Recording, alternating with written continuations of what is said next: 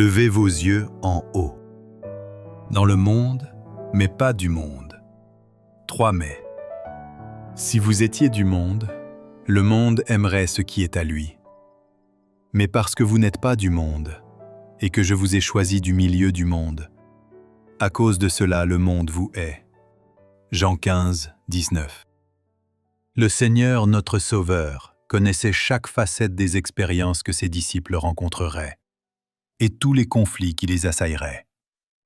Le Seigneur Jésus-Christ dit à ses disciples : « Si le monde vous hait, sachez qu'il m'a haï avant vous. » Jean 15, 18. En tant que chrétiens, nous ne devons pas nous irriter ni nous impatienter à la pensée de nos contacts avec les gens du monde.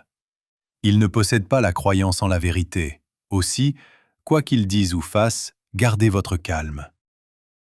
Chaque fois que vous vous laissez aller à l'irritation, vous démontrez par vos paroles que vous ne possédez pas cette foi qui œuvre par l'amour et sanctifie l'âme. Vous avez un orgueil personnel et une importante réserve d'indépendance, et vous n'êtes en aucun cas préparé à vous associer en affaires, ou même en tant que chrétien, parce que vos propres traits de caractère ne sont pas en accord avec les principes bibliques et vous empêcheraient de rester partenaires. Les chrétiens peuvent conserver une réputation sans tache s'ils sont chrétiens, ce qui signifie semblables au Christ. Dieu a amplement pourvu à ce que, par la foi au Seigneur Jésus-Christ, il n'échoue ni ne soit découragé dans un futur sombre et troublé qu'il savait devoir venir. Le Seigneur Jésus-Christ est peiné pour ses disciples, car ils doivent passer par les nombreuses afflictions que le monde leur infligera.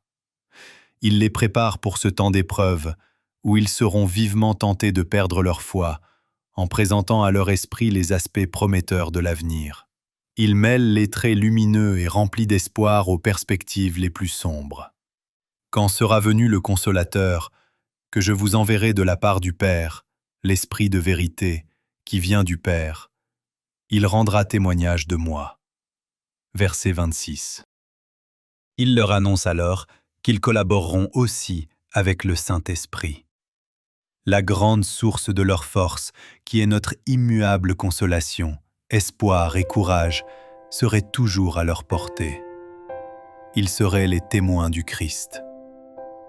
Et vous aussi, vous rendrez témoignage, parce que vous êtes avec moi dès le commencement.